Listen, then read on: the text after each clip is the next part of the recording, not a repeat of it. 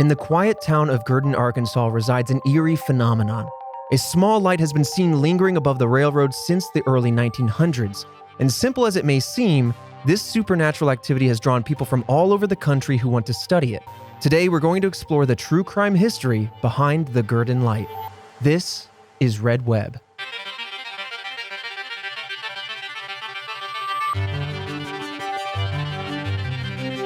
Happy Monday morning, listeners, task force everywhere. Welcome back to Red Web, the show where we discuss all sorts of things unsolved, whether it be mysteries, true crime, cryptids, yes, conspiracies, of course.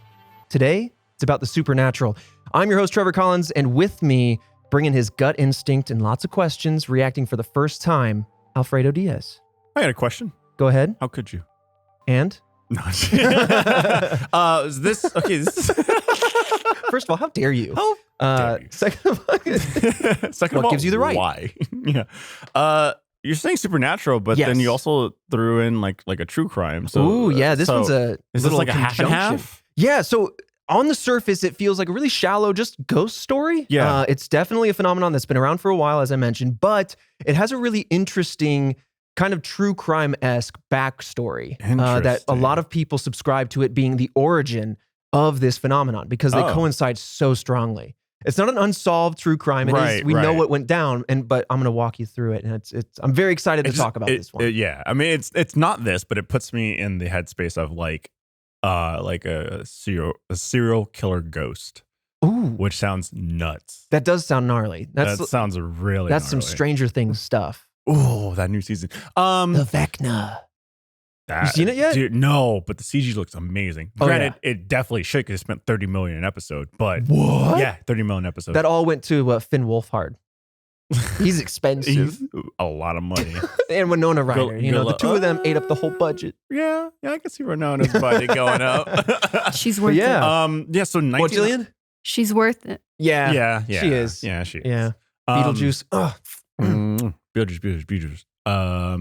So Trevor's looking around just in case. Excited. So this is in the 1900s. Yes. There's lights. People have been studying it. It's interesting. It's drawn a lot of attention, surprisingly, for how simple it is. Right. Yeah. It's interesting in the sense of like, this is something that's been around for a while, and it seems like, at least initially, it's not the most difficult thing to get your eyes on. Right. Seems pretty common. Which is a little weird.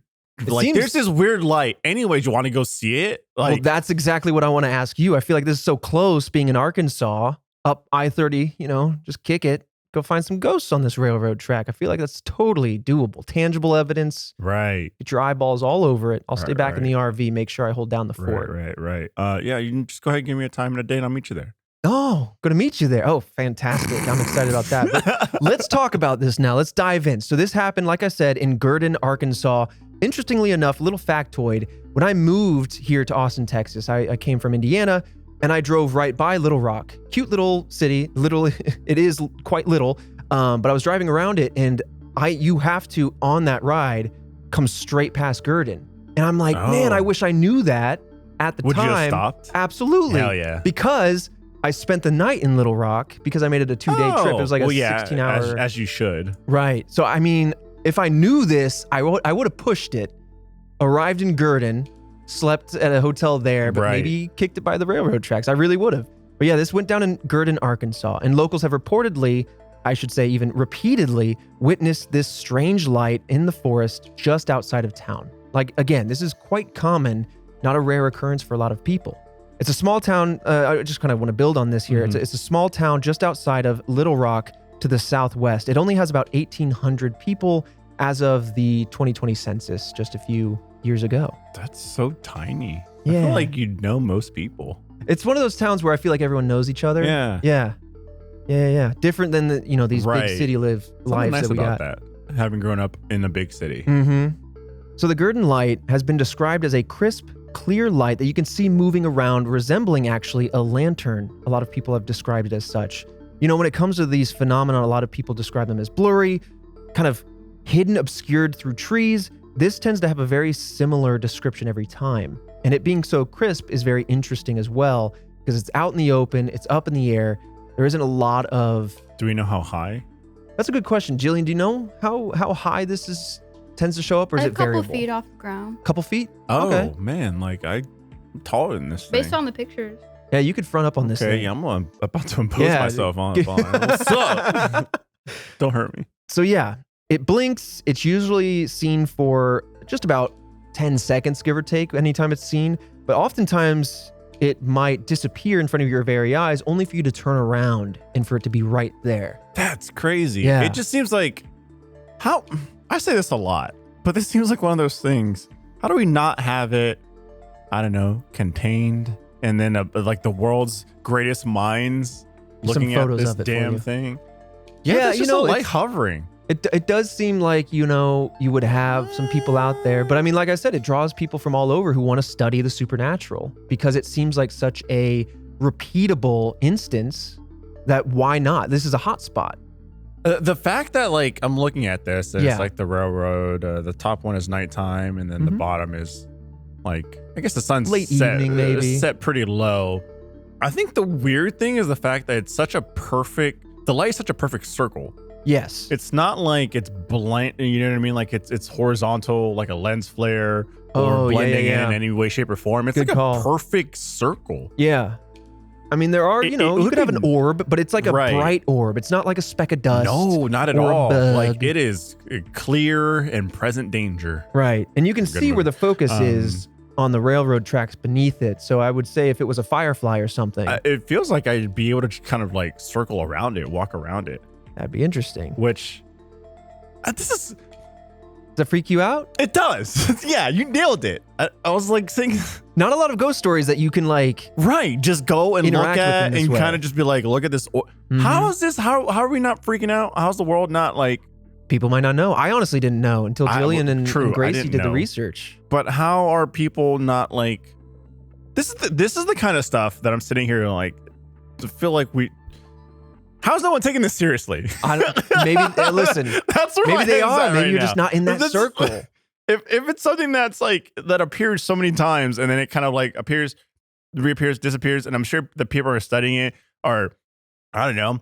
I mean, task force wise, we would just put on our task force gloves and then just wave around it to see if there's any strings. Our gloves have the little lights on it too, so we Yeah. can blend in with the ghost. But also, Make it feel safe. if a rave shows up out there in the woods, we We're can ready. blend in.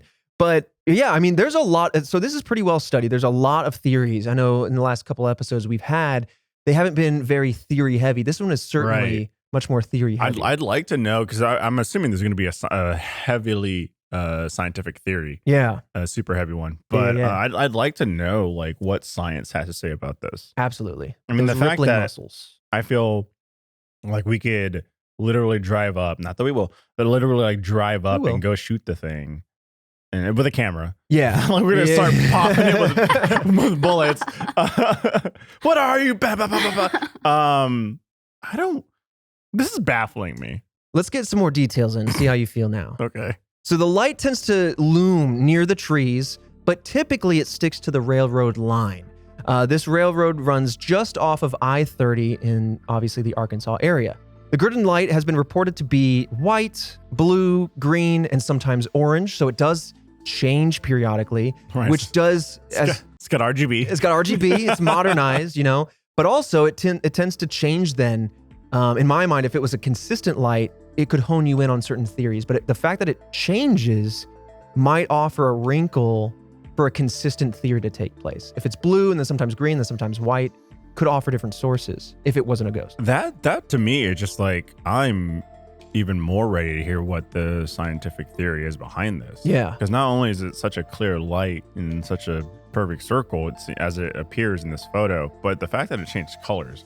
Like what in nature, what natural phenomenon is happening to make this happen? We'll get there. Yeah. Oh, yeah. So a lot of people that have seen this have described it as swaying back and forth. Remember earlier we talked about it perhaps being a lantern. Maybe this is some sort of residual energy from the early 1900s. Maybe this is, a lot of people theorize that when you see a ghost, it is just different timelines intersecting and creating So cool. an overlap, which I love all sorts of theories like that. But either way, the light floats around in the woods, surrounding the tracks, and can be seen during the day as well as, and most prominently, during the night when it's able to be seen from further away. It's not visible from the highway, so if you happen to be busting through the area like I was, you're probably not going to see it.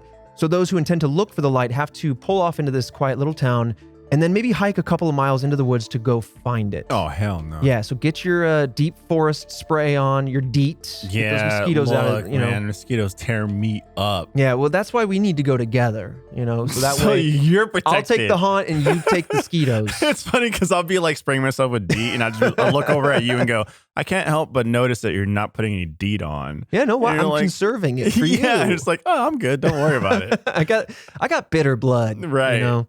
But just the last point of kind of detail here, because there's not a whole lot to go off of. Some of the locals have reported that they would stare at it and it would disappear eventually, only for them, like I said, to turn around for it to reappear, much like a horror film. When you see something, you blink and then suddenly it's gone in that blink and you're like, oh, I don't know what that was, but I guess I'll go about my day. And then they turn around and walk and boom, it's right behind them.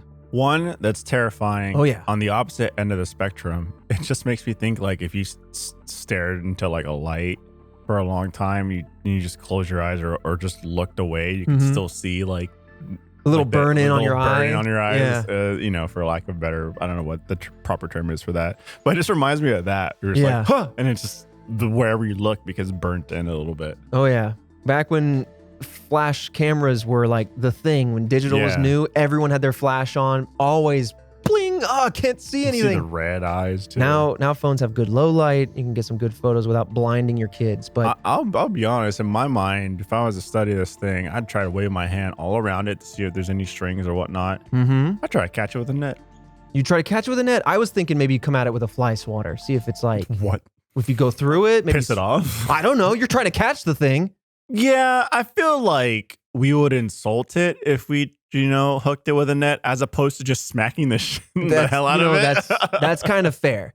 Now, let's move away from the idea of it being an entity and let's give it some history. Let's give it a backstory because I want to look into the history, a very strong history that coincides very nicely with the arrival of this light, which is why a lot of people subscribe to this as being the same origin, essentially, story for this thing. So, Girden was once a railroad town for lumber and ore transportation, very popular in the early 1900s and late 1800s, in fact.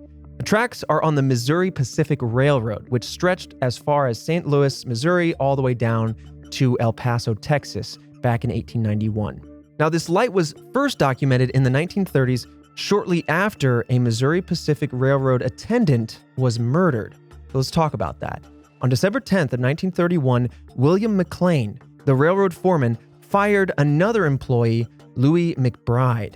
Don't get them mixed up. Oh. McLean is the foreman, and McBride was the one who was fired. Okay.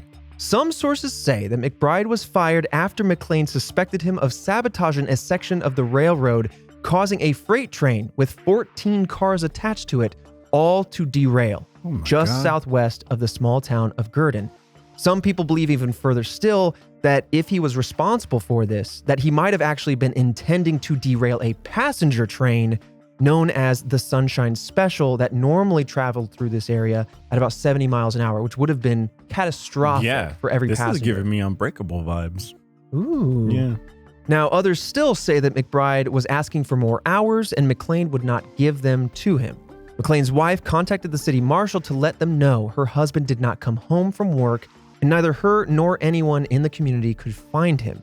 So, of course, the marshal got to work and began looking for McLean and went to the railroad that he worked at in order to try and find him. Obviously, that's the first place one would go. The marshal subsequently encountered McBride and thought that he was acting suspiciously, so he brought him into the jail in order to question him about, maybe the whereabouts.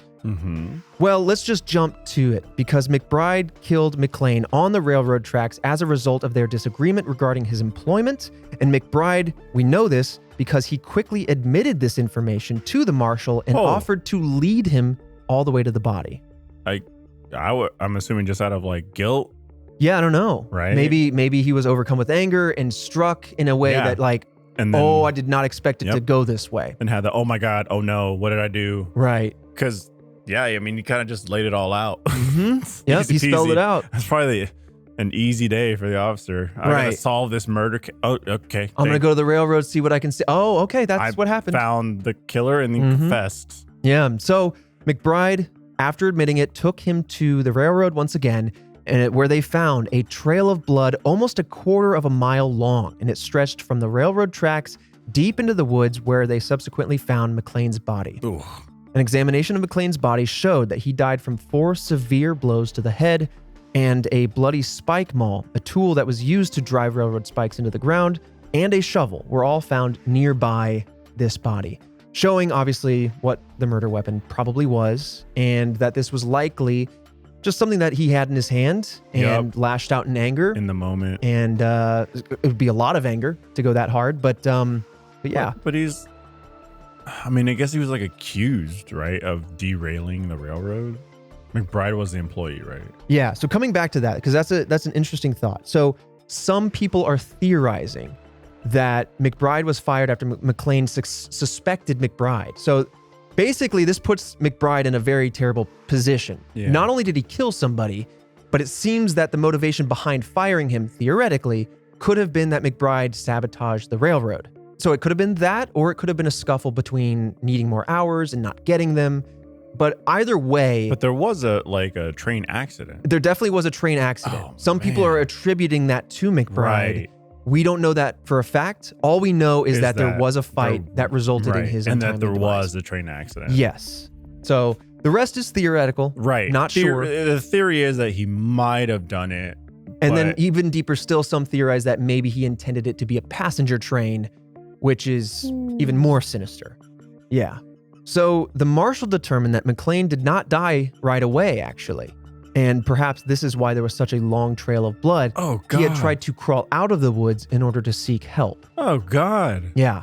Look, if you're going to just make it quick. Sad ending. Holy truly. hell.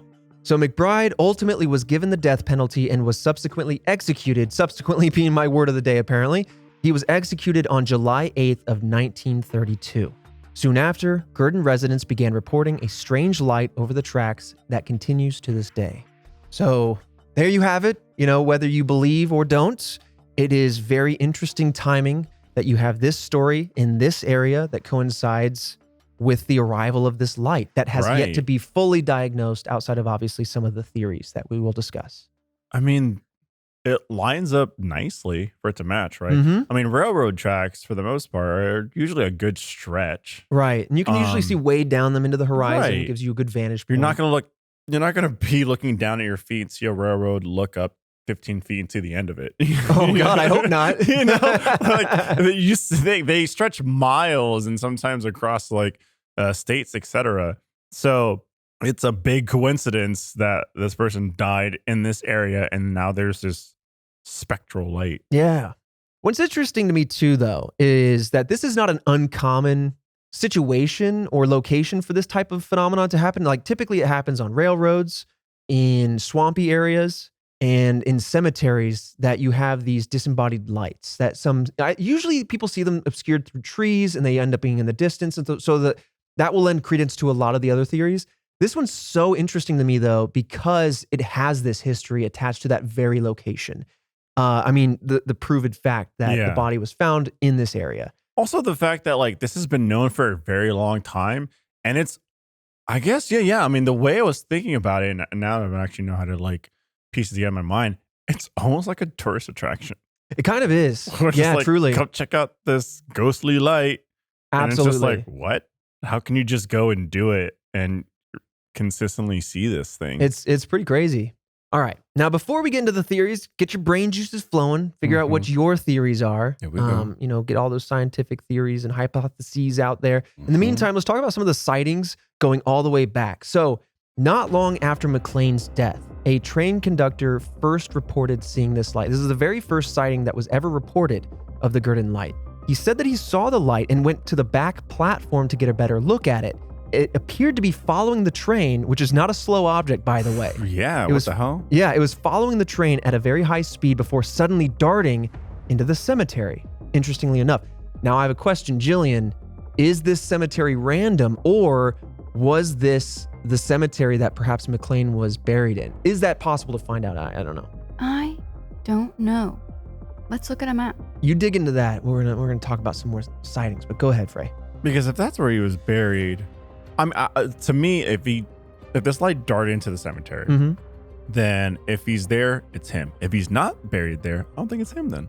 Yeah, maybe Like, it's why like, would he dart into a random cemetery? yeah, maybe he's goofing off. Maybe he's like, is it a sign? Like, are you pointing like, hey, I'm here now? Follow me, Right. like the little fairy from Zelda, Legend of Zelda. Oh, hey, yeah, look, yeah. listen. What is that fairy's name? I don't I remember. don't play Zelda like that. But I'm sorry. Navi. I'm sorry. Huh? Navi. Navi. I was gonna say Navi, but then I thought it was like an avatar name, Yeah, but I- like the Navi. I said Yeah. Navi, and then I went, no, it's the esports team. It's both. I can't find like an official cemetery off the railroad tracks. I mean, there is like a church nearby. Yeah, So I didn't maybe- think, man, It's just a story. if there was an easy way to figure out where McLean was buried, that would be awesome to confirm that. But yeah, the documentation for that sort of thing, I'm not surprised. Yeah. But That it was- would that was be a hard to while tell. ago. It's hard to like piecemeal all this, like every little detail together. Mm-hmm. And then a lot of times, the longer it gets, the more hearsay. Oh yeah, absolutely. So that's the first sighting, and that's again right after McLean's death. Now, building on that, a former UA Little Rock student, Marcus Lowe, was very familiar with the story of the Gurdon Light as it's been passed down through the generations, pretty much like local folklore and storytelling. He actually created a documentary where he went out looking for the light in the woods nearby the tracks. He was sitting near the tracks when he saw the light and began taking pictures and videos of it. In fact, I have a video clip. You can search this on YouTube if you want, Task Force. It's titled The Gurdon Light, Arkansas's Greatest Paranormal Story. We're going to do some editing magic, but I'm going to show Fredo this clip. Let him react to it. It looks like a white flare on the ground. Yeah. It's like right on the railroad track. It's Yeah. not even like hovering at that with that video. Looks like it just sat on the ground. Is Yeah. it flickering? Or I didn't watch it. It with was you, it was a photo. It just Got looked it. like bummer. a bright God, I white really want to see flare. it in action because that can tell you so much. Right. The profile of the light. It's almost like a tourist attraction. Yeah. Hey, go check it out. Yep. Wow, look at this thing. You can't explain it, neither can we. All right, bye. Right? How do you what? How do you get so How? close to something amazing and then just Right. move on? How is the Ah. government not close this off? And Well, there's millions then you validate something, right? Then if the True. government steps in and goes, "Hey, don't go here anymore," people are going to flock. true. It's almost like it needs to be an open secret, like Area 51, because they're like, "Why would Right. they allow it to be on Google Maps if it had aliens?" That's the whole thing, right? Mhm. They're playing mind games, messing with Yeah. your mind.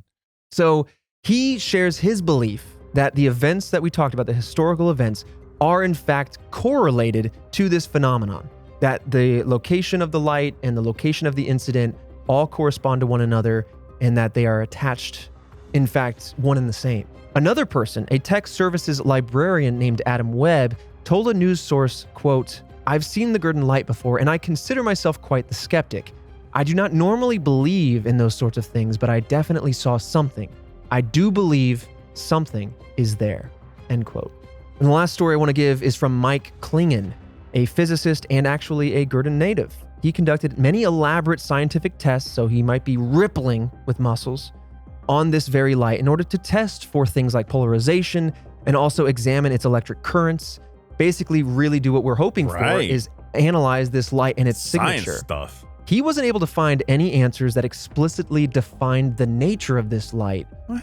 So it really only garners more questions. But ultimately, as you kind of indicated, it is a tourist attraction. Hundreds of people make their way to Girden every single year in order to see this light, and almost every visitor that comes to this area claims to have seen this light in one way or another. It's reported as being very active, but no one has been able to identify exactly what is causing it to this very day. Interesting. Why are people not alarmed? I don't get this. I mean, it's not hurting anyone. It's Hey. just a light. But we can't. But that's how every explain it. exorcism movie That's what I'm starts. saying. They say, I'm just your best friend. And you go, oh, that's Right. my friend. I'm like, I'm going to eat your This soul. is what they call the dormant stage in a monster movie. I'm pointing at Fredo energetically. It's been dormant for a little while. Right. Don't tell me And at that. some- Like break and my 100 at- heart. years. and It's at been dormant some for 100 point- years? Yeah, they killed the guy in 1930. Light shows up. Yeah. Today's 2022. Yeah. Well, that's not dormant. He seems to be an active light. Right. The light- Apparently, it's the- racing you a train just for the said hell of it's it. the dormant. Oh, stage. you see what's happening here is they're waiting for the generations to soften to the story. And so then you know, whatever comes after Gen Z, you know, Right. Gen Alpha comes through and they're just like, la-di-da, la-di-da, still sucking on ring pops and all the other good accoutrement like bubble tape. But then, you know, playing on Tamagotchi, and then boom, Right. light. But then it floats down into their mouth, What the glowing in their chest. What? Like it's like the reverse Pennywise with the lights, and then suddenly they lift up into the air, they What? drop back down, and they're like, "It's time." And then they, it's morphing time. no, It's morbid it's time. morbid time, and then they take over the country. You know, maybe this is a slow That's roll, how it starts, Jillian. And you know what? We could have stopped it. and we will. We can right now. We Right can now. stop going to Girden. I have something to say. I'm watching a documentary. Okay, He walks past a very old cemetery. so that's the cemetery that it might have darted to. I'm begging to know. We need to go, Fredo. We need to answer our own questions because Right, history is right. failing us. It always does.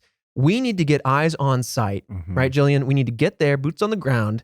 You and I will stay in the RV. Fredo's going to go to the cemetery, Right. scrape No, I'm his eyes going. over all the tombstones, Well- find the name McBride, Well, what I'm gonna Excuse me. do is have McLean. waves. I'm gonna stand off to the side and have waves of task force members. Oh, you're going to treat this like a like horde mode, Yeah. where like we sent waves First wave, of second innocence. What? No, they're just gonna go study. What are you talking about? You said it was safe. I'm just, hey, working up the chain. Oh, fair enough. You know what? It's safe. I will go. You know what? Sign this very thick waiver and don't yeah. read it. We saying Christian. There we go. He's not here to deny it. No, he's Right, not. I right. think he just accepted it. That's what he did. He accepted it with his silence. Thanks, Christian. Hey, everybody. This is that moment where I get to talk directly to you about the things going on here at the Red Web Task Force headquarters, the ever expanding and contracting and expanding again building in ?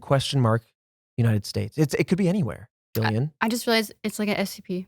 This building is kind of its own SCP. I want to see a whole article about it. Go ahead Yeah. and write that up. I will do it right now. But yeah, no, a lot's going on in the task force ethos. I think we even talk about it outside of this ad read task force, but we talked about the baby hands plush and how excited we were that was finally launching. And boom, within hours, you guys managed to sell that out. So thank you all so much, as always, for coming out and supporting the show in the ways that you do. It really means a whole awful lot to us. And I'm already banging on the door to our e-commerce team to see if we can to figure out the logistics behind refreshing that, because I know it took a lot of time to get to us. And so in order to refresh it, there might be some hiccups, but hey, follow us on social at RedWebPod, or, continue to listen, and we'll always keep you updated on the status of that. If it's going to be refreshed or if there's going to be something new, we'll always be sure to let you know. But with that said, thanks as always. And here are a couple of fantastic sponsors. This episode of Red Web is sponsored by Audible. Audible offers an incredible selection of audiobooks across every genre that you can imagine, from bestsellers to new releases to celebrity memoirs, mysteries and thrillers, motivation, wellness, business, and so much more. You'll discover exclusive Audible originals from top celebrities, renowned experts, and exciting new voices in the audio space. As an Audible member, you can choose one title a month to keep forever from their entire catalog, including the latest bestsellers and new releases. All Audible members get access to a growing selection of audiobooks, Audible originals, and podcasts that are all included with membership. You can listen to all you want, and even more than that, they're adding more every single month, so you still get more out of your membership. I used Audible every time I went to the gym to motivate myself to listen to some of my favorite books, because that would be the only time that I would let myself listen to them. So it was a really good way to not only listen to a fun book. I was mostly listening to like Michael Crichton novels like Jurassic Park or American Gods by Neil Gaiman. Super awesome stuff. But yeah, that way I could be healthy while listening. But let Audible help you discover new ways to laugh, be inspired, or be entertained. New members can try easily for free and for 30 days. Visit audible.com/redweb or text redweb to 500-500. Once again, that's audible.com/redweb or text redweb to 500-500 to try Audible free for 30 days. Audible.com/redweb. This episode of Red Web is also sponsored by BetterHelp. Life can be overwhelming, and many people are burned out without even knowing about it. Symptoms can include lack of motivation, feeling helpless or trapped. There's detachment that comes into play, fatigue, and so much more. We associate burnout with work, but that's not often the only cause. Any of our other roles in life can lead to us feeling burned out, and BetterHelp Online Therapy wants to remind you to prioritize yourself, something that's very important. talking with someone can help you figure out what's causing the stress in your life. BetterHelp is customized online therapy that offers video, phone, and even live chat sessions with your therapist, so you don't have to see anyone on camera if you're not interested in that sort of thing. And it's also much more affordable than in-person therapy, and you can be matched with a therapist in under 48 hours. Task Force members, you can get 10% off your first month at betterhelp.com/redweb. That's betterhelp.com/redweb. And with that said, let's jump right back into the mystery. So let's talk about some of the theories behind this little phenomenon and see if we can't figure out, to the best of our, amateur abilities, what might be going on here. So, of course, we're going to get the main theory out of the way, that this is a ghost, that this is the ghost of the former railroad worker, William McLean, who is haunting the tracks and carrying on some sort of life after life, that he is carrying perhaps a lantern from when he was alive, or maybe the light is his spirit. An Ohio true crime writer, Mark Hoover, pointed out that this would be rare in comparison to other ghost stories, mainly because the other ones involve unsolved homicide, whereas this one has so much fact behind it that is firm and proven. This one, and I'll bring up our favorite word, tangible, is like so damn tangible, it doesn't make sense. I can taste it. We know the parties involved, who did it. There was a confession, etc. You can go see the light. You could look at the light. You could photograph the light. We have complete access to this whole entire mystery. Yes. You could touch it. You could feel it. You could see it. It's got the 3 T's that we always look for. Wow. You know them: tangible, Right. thinkable, and tasteable. You can touch it by going there and seeing it. You can think about it because you can understand it. Right, There's a story because there's a story here that makes sense and it's cohesive. And if you're willing, there are plenty of things to taste. I think that kind of like goes. a Skittle. Why are you licking Skittles? We brought You them just put a with us. handful and you just lick them? Weird. There are snacks for the road. It's a long hike. Yeah, that's kind of like the unspoken 4th T is the Skittles. And I don't know why we lumped him in with the T's, but There's 2 T's in Skittles. there are 2 T's in it. For that reason, it joins. But yeah, the belief is that McLean returned as a ghost to seek justice, because clearly, per the story and per the admission of the person who killed him, that it was an act of anger, that it was clearly an unwarranted act, and that it was on something where the guy was either as simply as saying, hey, I accuse you as something, or hey, I just like more work hours because times are tough. Yeah. I mean, this is literally the 30s. It is a bad time. This is we're talking about after the Roaring 20s was the crash of the market. We're in the Dust Bowl, the Great Recession. Well, I mean, the recession, right? It's the main one. Right. With any movie, it's always like, why is there a ghost here? Or why is there a haunting, etc. And it's because there's a big emotional event that happened. Yeah. I think it's Great Depression. That is what Jillian's giggling about, because the recession was 08. Oh, I felt that once in a generation lifetime. Yeah, recession was 08. The housing market crash. Man, I'm excited for my 3rd once in a lifetime crash. You guys ready? Anyway. Oof, yeah. I digress. No. It was the Great Depression. Well, I guess in a way, wasn't it also like a recession? Definitely. Yeah, I mean, huge recession. A depression is just a graduated recession.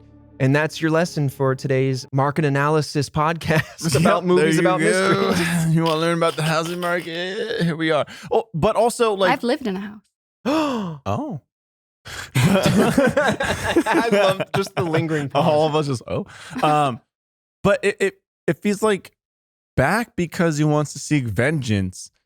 If someone tell the man vengeance was sought. Yeah. Right? It happened. Done. Yeah, he might have missed it. Maybe he wasn't haunting on that day. Right. The man confessed and was he took the electric chair, right? I think this opens up to a more ethereal kind of line of thinking where one has to ask, what creates a ghost, and why doesn't everybody that passed away create a ghost? It could be that this person wasn't ready to leave this earthly plane, and so for that reason they stayed back. And yes, justice was delivered. I hope not, because I don't want to be sticking around. Could you imagine just being trapped as a like in the same spot, just hoping a train comes by so you could race it for 10 seconds? Exactly, every now and then. But I mean, that could be the genesis of a ghost here. That's all they're saying. How much would it suck if it was that easy? You know what I mean? Like, I don't know. You fall off a ladder, ghost. Right. It's like, what? Like, oh man, I didn't finish unboxing my Pokemon cards. Right. Unfinished business. And then Right. they haunt forever going, Pikachu. It's You know, like Hades or something from the underworld. It's like, why am I here? It's like, you got unpaid bills. So unfinished business. Dang. I'm like, damn, what?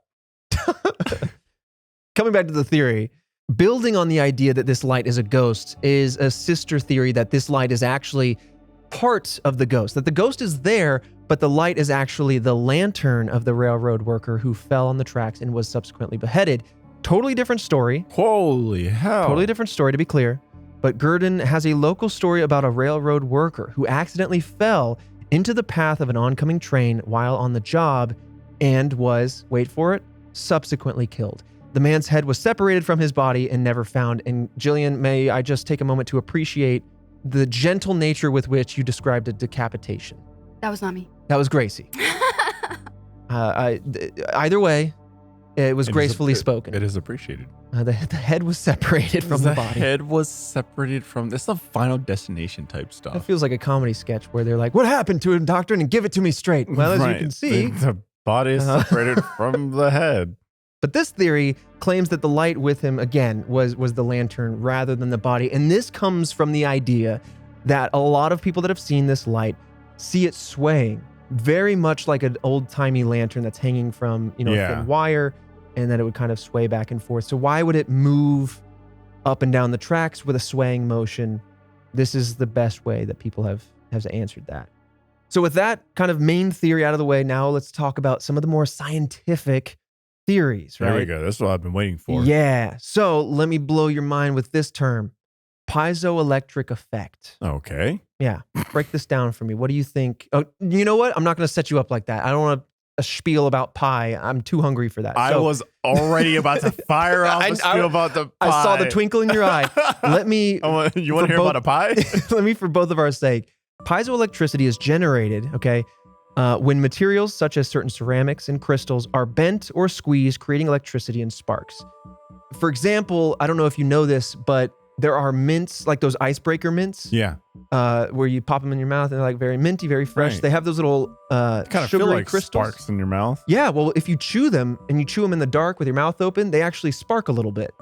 Because why are we putting that in our mouth? You're you're breaking the crystals, and in that moment, there is a quick transfer of electrons that create a flash of light. I don't think it might not be the same effect as this, Right. but it's essentially what's going on in my normal human brain. Here's the thing. Again, you are distilling this information into my sippy cup, right? Right. We're pulling it down, filtering it to the atomic level, and then applying it into a sippy cup so I could sip on the information. Which you better believe, by the way. I know icebreakers. You know icebreakers, and you know how to drink a nice distilled juice.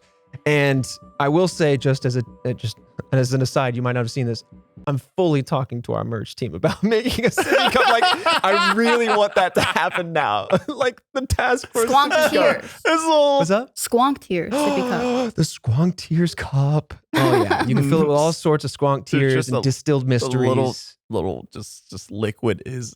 What would a distilled liquid mystery, is knowledge? What would a distilled mystery taste like to you? If I were to liquefy this very Confusion. mystery. Yeah, well, okay. Yeah, very, very well. It's mystery flavor every time.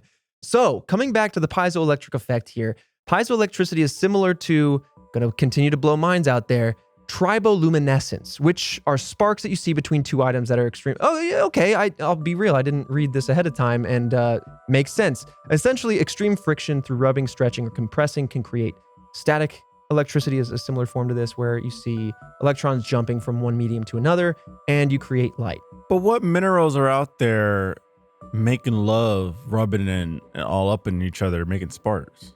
Well, all of them.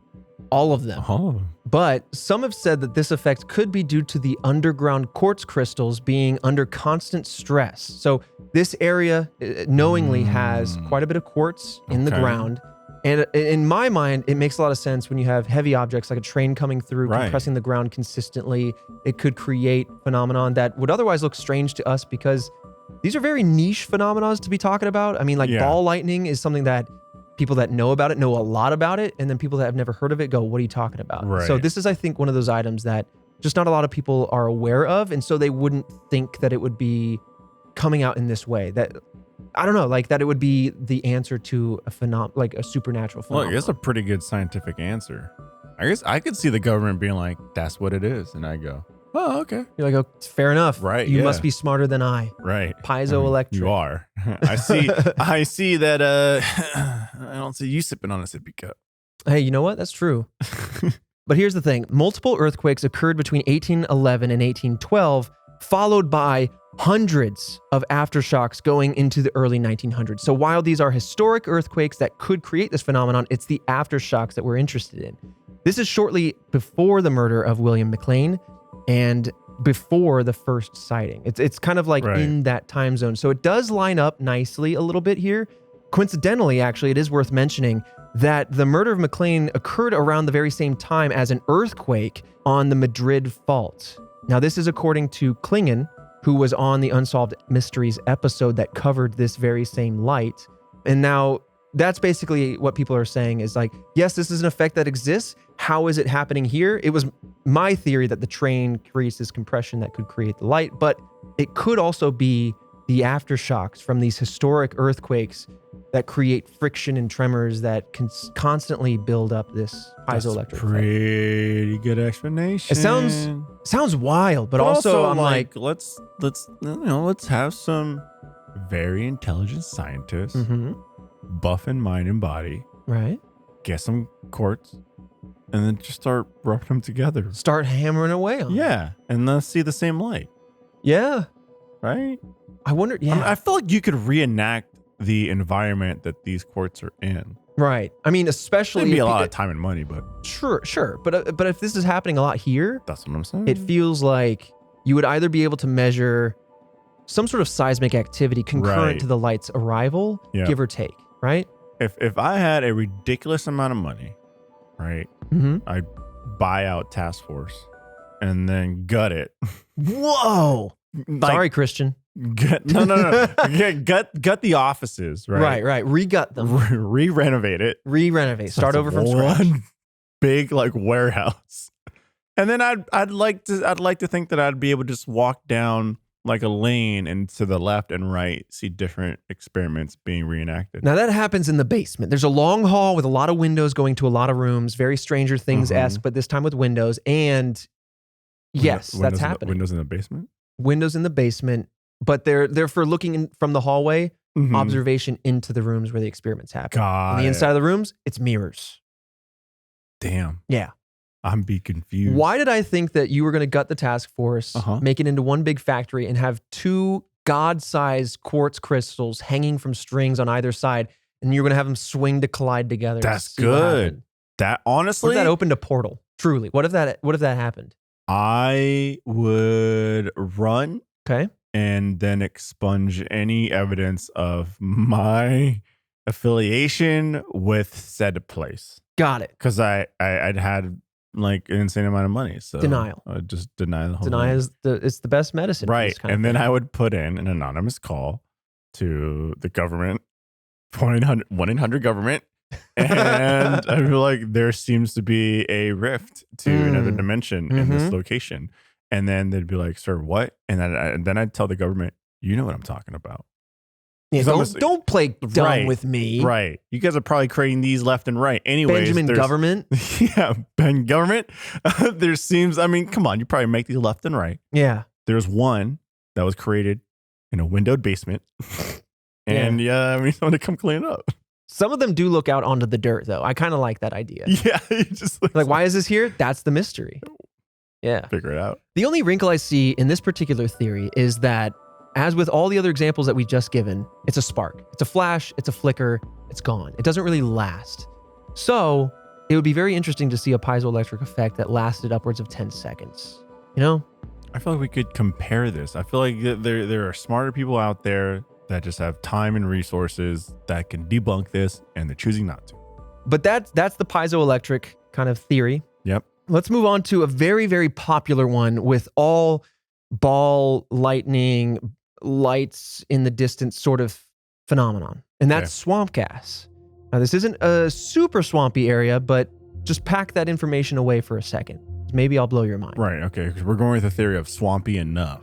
It just needs a puff of gas, to Interesting. create this instance. So similar to theories like we talked about with the Will o' the Wisps, when we talked about 3 Earthly Mysteries is the name of that episode. Go check it out. Swamp gas is believed to be the cause of the Gurdon Light by many. Swamp gas occurs when decaying organic matter and methane from swamps interact with electricity and then spontaneously combust to create these light sources, which could also answer why these lights, when seen, are so temporary.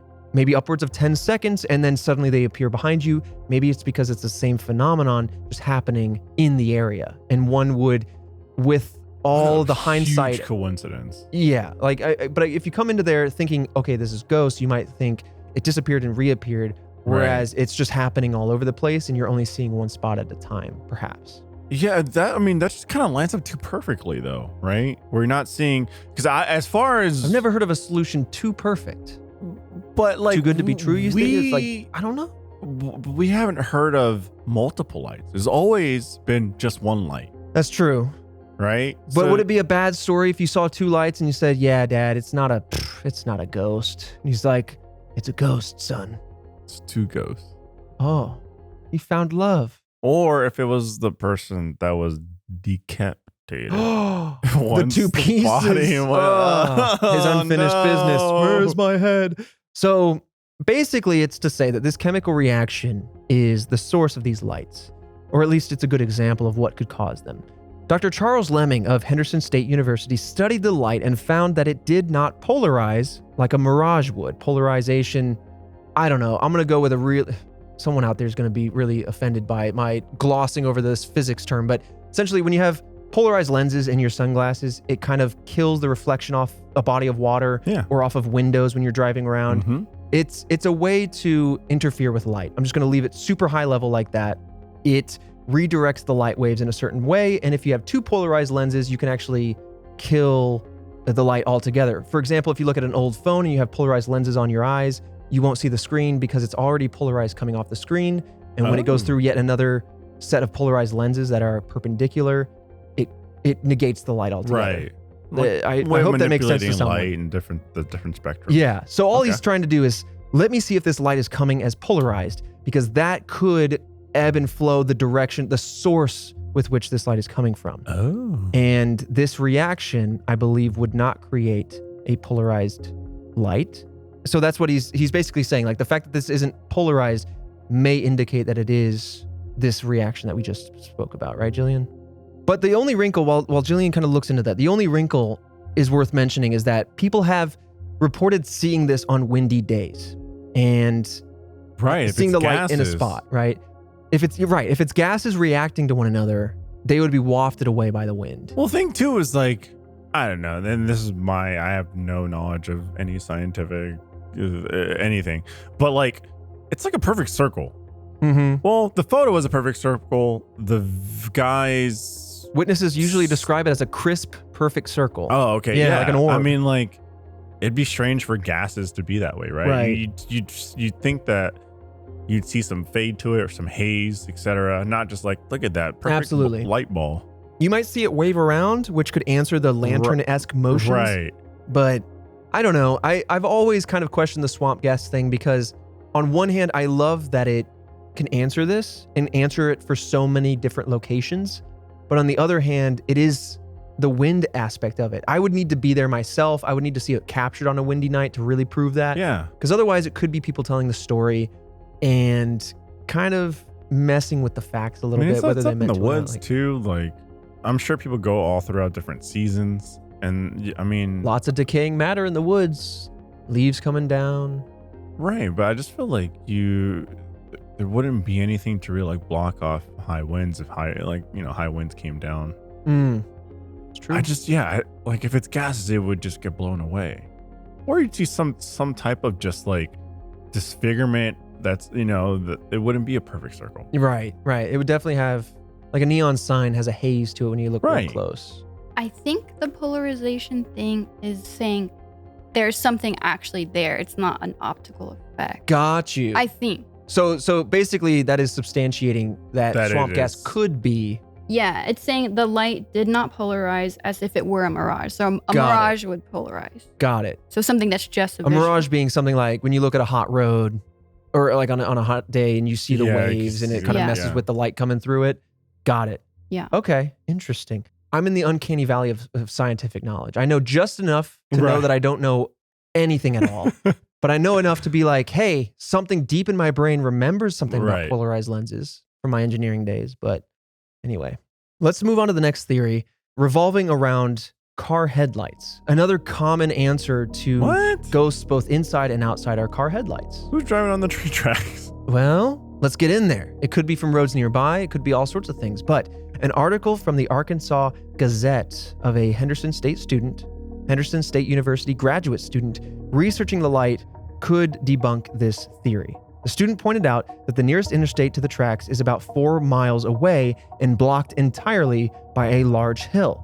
So this is mostly discussing the wrinkle behind this theory because your inclination is kind of correct in this instance. Right. Otherwise, it is worth mentioning because in houses, people drive by with their headlights on, but they might be silent, especially with electric cars these days, and lights can refract through a house in weird ways. Yeah, so this is just debunking that theory. Kind of debunking it a little bit. Also, just like the placement of the light, it's like literally on the ground between the actual like bars of the railroad. right. and, like, It seems to have a physical spot that you can interact or walk around, perhaps. It's chasing a train and then darting off. Like right. Like you can walk around it too. Like if it was like just like bouncing off of, I don't know. Right. It's not like rocks and stand right nature, here. whatnot, and then it would go away. Yeah.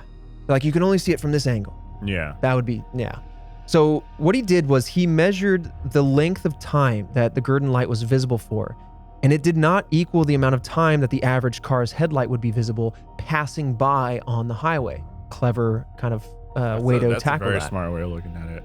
So therefore, he concluded that the light from any cars passing by would have to be refracted up and over the hill to become visible on the other side, similar to the cause of the Marfa lights in Texas. Have we talked about the Marfa lights I don't Yep. think. in an And episode? that natural and that earthly. Yeah, that was. mystery. I was gonna say it was ringing a okay. bell. I It just wasn't a didn't- full episode. Well, yeah, we yeah, just it was. briefly. It was one of the It was- yeah, three. yep. I just didn't remember, but there's so many topics we've talked about talking about, but haven't posted yet. So anyway, however, it is worth mentioning that the interstate was not open until 1970, and that the Gurdon lights were reported as far back as the 1930s, and so that's another wrinkle that draws into question Right. the origin of these lights. So get that theory out of here. Yeah, I feel And- like, yeah, that's an easy. I feel like that's one the task force could debunk. yeah, You know what I mean? We just walk around and go, that can't be from a light source somewhere else. right. You know, you can even get somebody with a specific color of light. You get some local authority approval. Drive by with a purple light on the top of a vehicle and just see if that light shows up in some way. That's true. You know,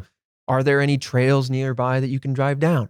Are there, and just start doing all of that and then see if anything happens in and around the trail, or rather the Yeah, train I feel like tracks. that would be an easy one to kind of like, like a kid's version of trying to do a science experiment on it. Mm-hmm. Now, the last theory is a little bit of fun. It's kind of combining fiction with Fun. what's going on here. Okay. Yeah. Okay. It is the theory, much like the mystery soda machine that we covered in a previous episode. That was a good episode. Yeah, that the Gurdon light could be a real life SCP. So SCP, for those who might not know, it stands for Secure, Contain, and Protect. And they are individuals, entities, locations, objects, etc., that people believe violate natural law and could pose as danger to society because of their mystic nature, their magic, their Insane. supernatural Danger. properties. I'm not saying, like, I'm kind of saying call the army, but like, I'm not saying start like attacking this thing, but we don't know what it is. We don't know what it is. And if your lore stands true, sometime in the next century, this thing could hatch. This is, maybe this is a ghost egg. Oh. Yeah. But SCP these days has been greatly popularized and is used for a vessel of fictional writing. And I love this kind of fictional writing. It's Oh. like creepypastas, Yeah. essentially just like spooky stories that people create. And they'll say SCP like 2640 is one that we're going to talk about. And it's like, and they break down what that is. One of my favorites is a staircase that goes down and down and down and never ends. And that when you try to come back up, you can't, and that there's something approaches you. And it basically is just short horror stories. And I love it.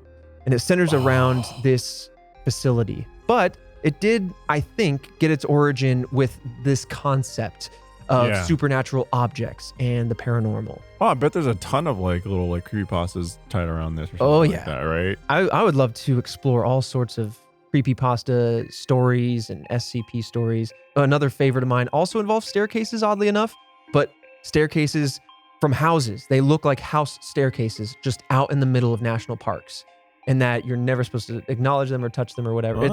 Ooh, I love this kind of stuff. I'm going off on a tangent. How long would it? You know, you're talking about the creepypasta, like it's an ever ongoing staircase, but if you try to go up, there's a figure that like pushes you, essentially chases you back down. How long until you of going down that staircase would you just give up and try and test your waters with those? I don't think you can give up, because eventually whatever's in there gets you, is kind of the idea. Oh. Yeah. Anyone that gets onto those stairs, they're lost. They're done for. Interesting. The way the story is given is through the lens of a scientific researcher who is strapped with a walkie-talkie. Mm-hmm. And so you basically are reading this through, sometimes through air quotes, leaked government reports.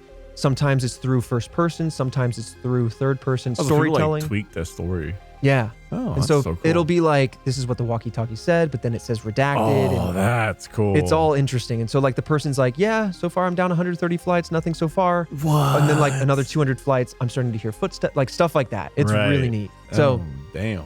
but coming back to this theory, that's this kind of like the best way to kind of ground this particular theory, because this theory is basically saying that this could be just a supernatural entity that we don't fully comprehend. Yeah.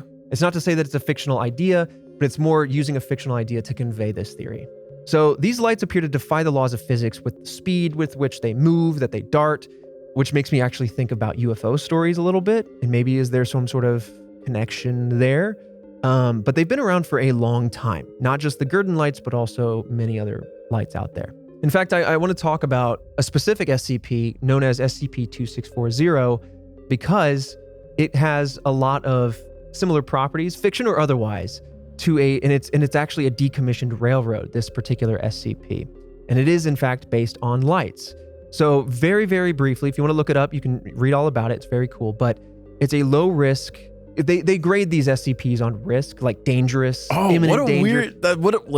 weird, but really awesome grading system. It's a very immersive. So But- this one's low risk. I will say that kind of like steers the SCPs into more of a horror Mhm. danger genre. They try to blur reality with the fantastic, and it creates a really immersive storytelling experience. So this particular SCP is a low risk, but it's surrounded by a 3-meter tall electrified fence for the sake of containment due to its unpredictability.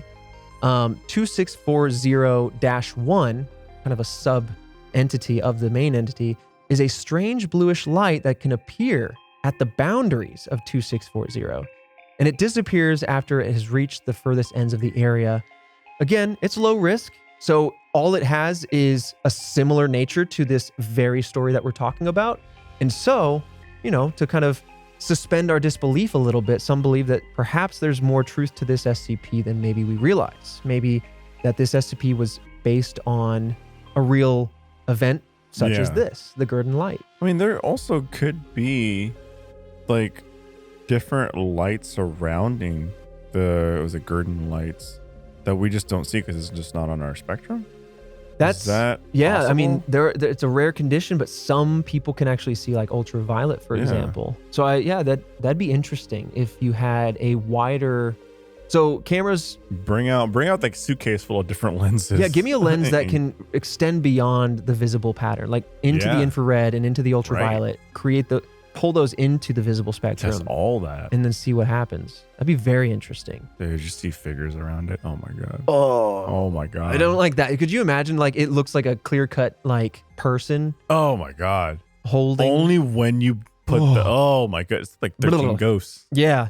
But ultimately, those are the theories, some a little bit more fantastic than the others. But either way, whether you're a believer, that's what I love about this podcast. Whether you believe or you're a skeptic or you're somewhere in between, like I think you and I are, this was just a really fun one to explore and kind of suspend disbelief a little bit, because there's no question that the Gurdon Light exists. It's been well documented. Right. It's been photographed. In fact, we referenced Unsolved Mysteries. Freaking out right now. Yeah, the camera crew to the show Unsolved Mysteries, while doing their episode on this, Took it and Saw it's like, cool, there it is. yeah. What the Many tourists see it, which is why I want to take like the 6-hour drive it would take, maybe 5 hours, to kick it, go up there, and see what we see.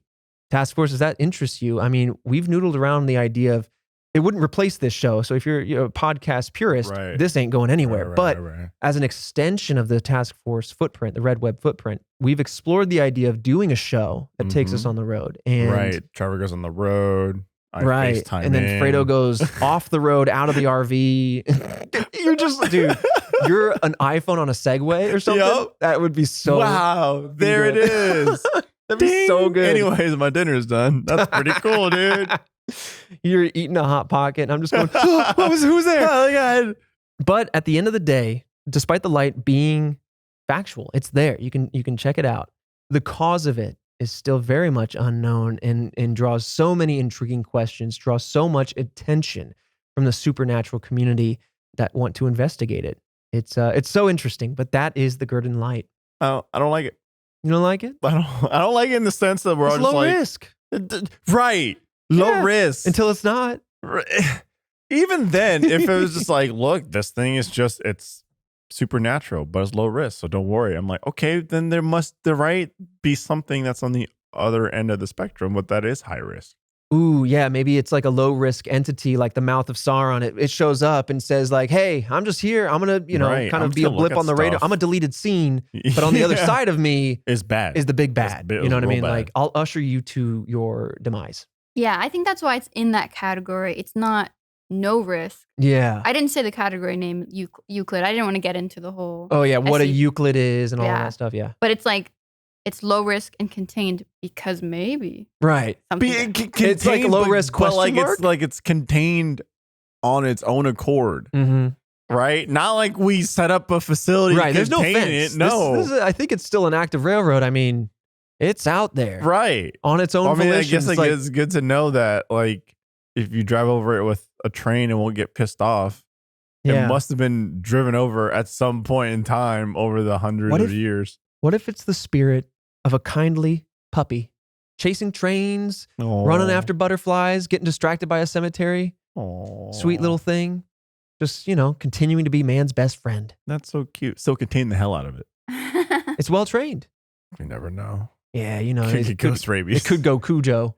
It could. Anyway, this has been the Gurdon Light. Very fascinating, great example, in fact, of like as I keep referring to as a light phenomenon that we just trust random stuff. Well, sure, that too. That doesn't make any damn sense to me. How are we not? What? I feel like you're begging to go see this thing. I'm begging for someone to like contain this thing. Okay. Well, tell me it's just quartz popping. We're gonna get you out there. I'm gonna give you a jar with holes poked in the lid. You can capture this like a firefly. I bet it won't want to be captured like a firefly. I'm gonna get you the biggest jar. Make it nice and easy. So I'm just like hugging it, trying to lug it over. Come on in. Put some food, some bait at the bottom. Anyway, this has been the Gurdon Lights. Fredo, I'll see you back here next Monday for another creepy, spooky mystery that I'm gonna get you to get tangible on. Give me make sure the next mystery is the most untangible thing we've ever talked about. You like tangible? So, not anymore. Offset it for me. Okay. All right. Maybe. All right.